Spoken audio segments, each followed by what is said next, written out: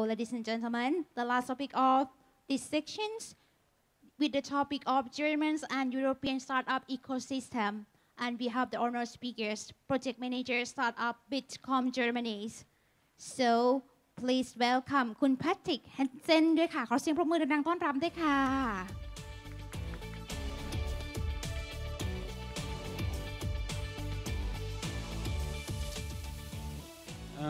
Yeah, hi everybody. I'm really happy to be here, and I will talk in English as well, since I don't understand any word of Thai. I shortened the title a little bit, which was already announced. I will talk today about startup ecosystems and how to boost them on a more general and theoretical level. And I will do this in the following way. I will just quickly present Bitkom, the organization I come from. Then I will talk about the European and especially the German startup ecosystem and the term ecosystem in general. And I will then, in a third point, look at how one can boost a startup ecosystem and what regulation should consider in order to do so. So just quickly, in order for you to understand where I come from, Bitkom is the digital association in Germany and represents more than 2,500 companies. And we are therefore the biggest digital association in Germany and also in Europe. And part of this association is dedicated to startups. We have more than 400 startups right now, basically all tech-based. So we don't include all like basic e-commerce startup. We focus really on innovative tech startups. We therefore represent more than 90% of the ICT market in Germany, and we employ more than 2 million people. I mean, our members employ, not our company. We offer a wide range of technological services, and of course, we politically advocate for the digital transformation in Germany. And me, as responsible for startups, especially, I politically advocate for startup-friendly regulation on a regional, on a national level in Germany, but also on the EU level, which is very important for the startups as well. Yeah, exactly. We're the Europe's biggest think tank concerning the digital economy and new technologies. And our offer is basically to connect all the different players, the big companies, the small and medium-sized companies, and the new startups. This is just a short overview of different companies. We're mostly German, so here you see the German tech giants Telekom and SAP, for example. But we also include the whole American, the big 5 tech companies, Apple, Amazon, all of them, and also some Asian companies, for example, Huawei and others. Yeah, so now let's have a closer look. I mean, this is get started, the startup part of Bitkom, which was launched 5 years ago. And the goal is really to connect tech startups with the big companies in our association and to foster also the dialogue between politics and startups. So let's now have a closer look to startup ecosystems. I'm sorry, I will not focus that much on Asian and Thai ecosystem because I'm not an expert in this field. But later in the conclusions, we can conclude. I mean, those will be general ones. You can also draw to the tech startup ecosystem in Thailand and other Asian ecosystems. So, European startup ecosystems. You can see here that the number and the capital invested in European startups is increasing in the last several years. Now, when you look at the capital invested, you can see that the number of deals is decreasing a little bit, but the capital invested, the amount is still increasing. That means that we are now arriving at a point where not the mass of startups is important, but really the quality. The quality is now becoming more important than quantity. And when we look closer, for example, to nations in Europe, but also cities, we see here that in most rankings, you always see the UK on top, followed by Germany and France. You see this here for the countries, but as well for the active members in European cities.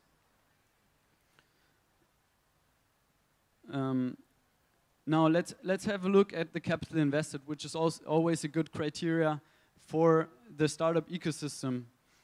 Here also UK is ahead of all the others. But if we take, for example, if we include other countries of the world, we see here that Europe still lacks some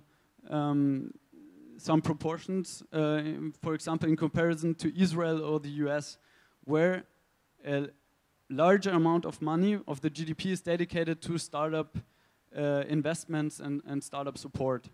Here, for example, Germany is only like 10th or so. And this is something, for example, we try to foster through our association. We politically advocate for example, a more investment-friendly tax regulation in Germany, but also other mechanisms that try to support startup investments. So another quick look to the European hubs. Per capita invested, again, London, Berlin, Paris, almost every time the same framework. And if we have a closer look to EU regulation, this is an important point. You see here that regulation is really nation-based and depends on cultural and national factors as well. You see here, for example, that in my home country, Germany, the issue of data protection and privacy, the second point here, is way more important on a regulatory side than, for example, in the UK, and so on and so forth. In other countries, for example, here in France, for example, the employment factors is a really important one when it comes to startup regulation. And that's the first conclusion we should draw, is that when you want to regulate the startup ecosystem, you should always take into account the national cultural factors. We'll see later how this is possible. Those are subsectors, technological subsectors. And you see here that even those are highly related to cultural and national factors. You see here that, for example, AI is quite a big thing in the UK, whereas in Central Europe, in Germany, for example, due to the big car production, autonomous vehicles is much more important, whereas in the north or in the Baltic region, for example, crypto and blockchain is a more important thing. And this could be a second point, that startup regulation should always try to concentrate on the excellent spots, on the strong points nationally and culturally, and try to create what we call a hub of excellence, and not trying to be competitive or all across. I mean, especially for emerging startup ecosystems, as for example here in Thailand, although it looks quite impressive already, one should focus on specific sectors. Here another quick comparison. You see here the investment in Israel, in the US, on a worldwide level is still far ahead of all the others. And this is something we really have to tackle if one wants to become competitive with those startup ecosystems. And this capital is mostly private capital. I mean, the nature of the capital is really important here. In the US, you have a lot of institutional funds, of pension funds, insurance funds, which are able to invest in startups. This is not yet true for Europe or Germany. And this is something one really has to tackle. It's impossible for a public sector to invest the same amount of money private firms can invest. And therefore, the government should really focus on enabling private investments. This is something, for example, our association achieved to do. Now Germany, the new coalition, a few months ago, wrote down in its coalition negotiations that it will introduce a tech fund, a growth tech fund, to enable institutional investors, pension funds to invest in startups. Since we here, a quick look to Asia, the capital invested in deals in Europe from involving Asian investors is increasing a lot as well. And of course, if there are any investors here or any interest people, we can talk later about more in detail about the startup ecosystem in Europe. So this is just one slide in order to show you where more or less the regional startup ecosystem is ranked on a worldwide level. You see here that the VC funding in startups by region is something that really is getting competitive from the Asian side. In the recent years, the Asian market is exploding as far as VC investments are concerned. But on the other graph, on the second one, you see that as far as exit values are concerned, Asia is still far behind USA and Europe, which is also normal since the Asian startup ecosystem is not as mature as the European and the Americans are for now.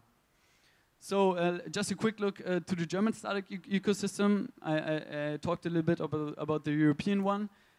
And now the question is, why is Germany this important inside the European startup ecosystem? And there are two explanations. One is just a joking one. Startups is very much about focus, and in other European countries, it's impossible to focus. Here, for example, in Spain, it is way too sunny. In Italy, it is way too yummy.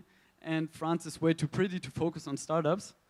And on a more factual level, Germany is really becoming the startup spot inside Europe. Because of different factors, for example, the number of professional developers in Europe, the startup ecosystems worldwide become more and more tech-based. So we're a bit going away from the e-commerce model, which was quite big in recent years, going to a more tech-based, technological startup creation ecosystem. And here, for example, if you ask the European founders which is the best place to capture opportunities in different technological subsectors, you can see here that Germany is ranked almost on top of every subsector, apart AI in the UK, crypto in the UK, and drones in France.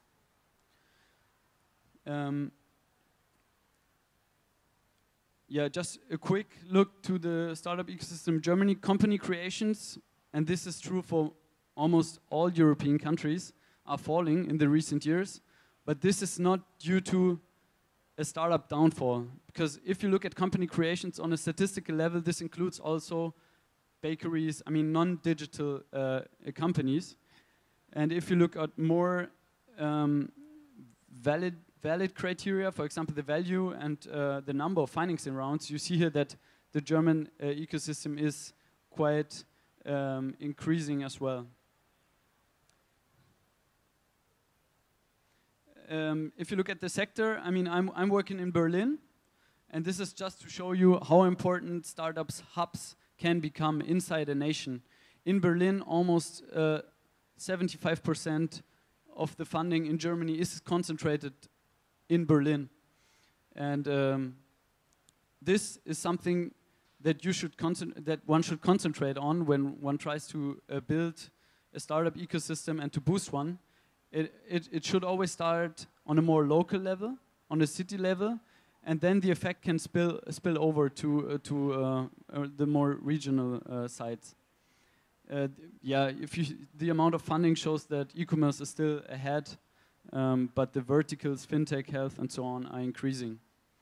And this is also a sign for a maturing startup ecosystem is when the top volumes, the funding volumes, become very important, as here, for example, in the recent year in Germany, where only 5 companies could attract globally 1.3 billion euro. I think in Thailand, probably 1 billion should be the global startup investment, the VC investment in startups. Here it's only five companies. Investors also become more and more international, and we see here just a point, for example, which is important here, that funding is still concentrated to Europe and the USA. Therefore, what we try to do is also more and more to attract Asian investors and to look at the Asian markets. And this is something also really important we try to tackle, is the connection and the cooperation between startups and established companies. This graph is basically true for almost all economies across Europe and also the USA. So, since we are in the RegTech stage, let's now look at startup regulation on a more theoretical, general level. Is regulation more a handcuff or an enabler? And I mean, at first, it should be stated that it's really hard to make statements about startup regulation policies and startup regulation in general, since the criteria and the statistical empirics we have are really different across studies and everything else. Here, just a quick example. In the Starting a Business ranking of the World Bank, Germany ranks 113th, far behind Thailand, for example. But it's only because, I mean, with all the respect to this Thai startup ecosystem, it's mostly because only the administrative hurdles are taken into account. And in other, like more comprehensive studies, as for example the Global Entrepreneurship Index, where criteria regarding people, resources, institutions, the business environment, the culture are taken into account, it looks really different. This stems from the fact that in statistics, for example, the word startup or the term is not really comparable and valid yet, because every country has a different definition and therefore takes into account different types of companies under the name startup. This has led to, I mean, policy consultants and others to always suggest frameworks and startup regulations that worked in other countries, as for example the US and Israel, really successful ones, but they're not always adapted to the local particularities. That's just the first point in general. And on the other hand, this is contrary to the fact that the global startup ecosystem race is becoming more and more important, since we're now working in a global environment, and cities and nations compete for the best startups, talents, innovations, and the market-leading positions in the new technologies, which will create in some years the jobs and the growth returns of tomorrow. So, what are core features of a successful startup ecosystem? If we look at core features, one should say a successful startup ecosystem is always based on an already existing business cluster of related traditional industries. And it is always close to research centers, institutions of higher education, universities, which create a high amount of intellectual properties of patents and etc. And the third point is that the innovative subsectors, as for example now AI and blockchain, create successful cooperations and startup creations. This is something I already mentioned. Ecosystems should focus on one, especially emerging ones, on one subsector first, and always relate to a traditional strength here in the ecosystem. Key dimensions when we look at a successful startup ecosystem is first the size of the ecosystem, because the size will increase the production of scale-ups, and the scale-up production is the first point, is the point which will provide the job creation and the gross revenue. And then there are two very important points. It's first the local connectedness and the knowledge network inside an ecosystem, which is more important at a prior stage, and then the global connectedness of entrepreneurs, investors, etc. in an ecosystem, which will become more and more important in a later stage. And I mean, I don't mean LinkedIn connections or relations like that, but really intense personal relations, face-to-face of people, organizations, and so on.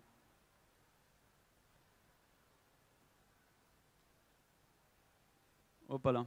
Here, I just want to focus once again on the global connectedness, because this is a very important point in the building of a successful startup ecosystem. For example, did you ever wonder why, for example, the startup ecosystem in Stockholm can produce scale-ups as, for example, Spotify, Skype, and so on, at such a rate, whereas other ecosystems, which are, in terms of size, 3 times bigger than Stockholm, as for example Chicago, do not produce any or far less scale-ups. This is really highly linked to the global connectedness of our startup ecosystem. And this means, I mean, the best opportunity for a startup ecosystem is to enter in what we call the virtuous startup ecosystem cycle. It's when an exit of a billion-dollar company triggers global attention, global resource attraction, and this is further fueling growth and global connectedness. Here, just a quick look to the graphs. We see here that, for example, Tel Aviv, due to the really small interior market, for example, is an ecosystem which is global from the first point. And others, as for example, the startup ecosystem in Beijing, is one that is quite big in size. As you can see, the bubble size is representing the inbound entrepreneur connections, but really lacks the global connectedness, which hampers the production of scale-ups and the entering in the virtual startup ecosystem. Here on the second graph, you see that revenue growth is highly related to the global connectedness as well. A quick look to another model of startup ecosystems, which is the startup ecosystem lifecycle model. Startup regulations should always be adapted to the different life cycles of the ecosystem. And here we basically say there are 4, one could say there are 3, it doesn't matter. The main point is regulation should always be adopted to the different stage. In the first stage, activation, that is, for example, an ecosystem with less than 1,000 startups and limited local experience and resources. The first focus should really be to grow and build a larger connected community on a local base, in a local framework, and activate local entrepreneurs, talent, via, for example, tech classes, English proficiency classes. We will look at concrete measures on the next slide. On the first stage, the globalization stage, with more or less 2,000 startups, it becomes more and more important to foster relations with the global startup ecosystem community, which will be then even more important in the third stage, when the startup ecosystem is already connected on a worldwide basis. It has already created unicorns and so on, and the only lacking is the funding. As for example in Germany, this is the, for example, would be the stage of Germany, a highly connected startup ecosystem, but with problems still in the funding compared to, for example, UK, Israel, or the Silicon Valley. And in the last stage, this is where regulations should focus on getting the benefits of the startup culture and the startup ecosystem. That means that the whole culture, the whole innovation sector should try to be pushed further to other regions, to other sectors, and to become part of the culture and the education as well. So this is these are some example measures one can take as a startup regulator or policymaker. in the first step, one should really focus on the local community. Foster the entrepreneurial spirit, English courses, education, culture, the local seed funding for a first step is really important here. And later on the globalization phase, one can already turn its focus on Series A funding, for example, start global growth programs, as for example in Germany, the German Tech Accelerator, which has already booth just around here. And later on, for example, at least at the third expansion phase, global policy becomes more and more important. Here, in this step, one should really try to, for example, remove immigration barriers to let entrepreneurs, talents, and capital in, to enable work visas, to enable traveling around startup teams and investors, and so on and so forth. And on a last point, then the cultural integration of this startup spirit and culture becomes important.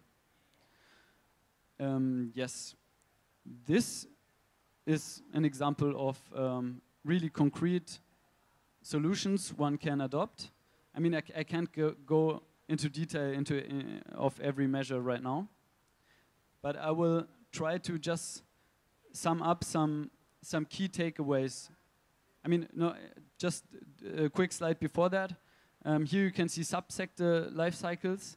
So when one tries to foster on a hub of excellence, when creating a startup ecosystem, one should take into account this graph here that shows that sectors as, for example, edtech, digital media, or gaming is a sector which is still creating some exit growth, but it's already lacking the early stage growth to really create a vibrant and emerging startup ecosystem. So either the yellow, the verticals, health, fintech, and so on, agtech, or a sector which is producing early stage startups at the highest rates are those technological subsectors, as for example blockchain, AI, and manufacturing, also creating the biggest exits.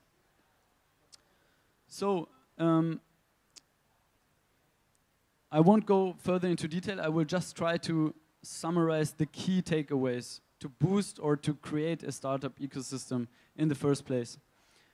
The first point is, I mean, I mentioned all of them already, is pool the core features of a successful startup ecosystem on the ground.